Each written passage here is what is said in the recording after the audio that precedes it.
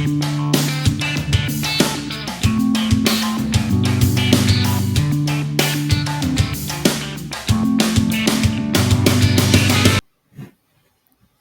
y'all, thanks for joining me on another Turbo Tip Thursday.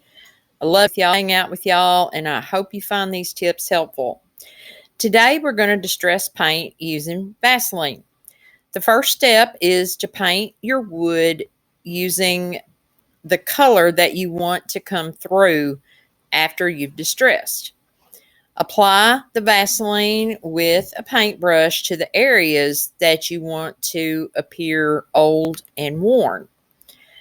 A little goes a long way. The top coat of paint, you can choose your own color scheme, but the idea is the top coat of paint won't stick to where you've applied the Vaseline. Once the paint's dried, take a piece of sandpaper, and you'll notice as you begin sanding, the areas where you have applied the Vaseline will be distressed, and that undercoat of paint will show through.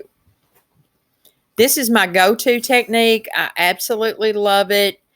It is great for distressing wood. Thank you guys so much for watching. Please hit that subscribe button.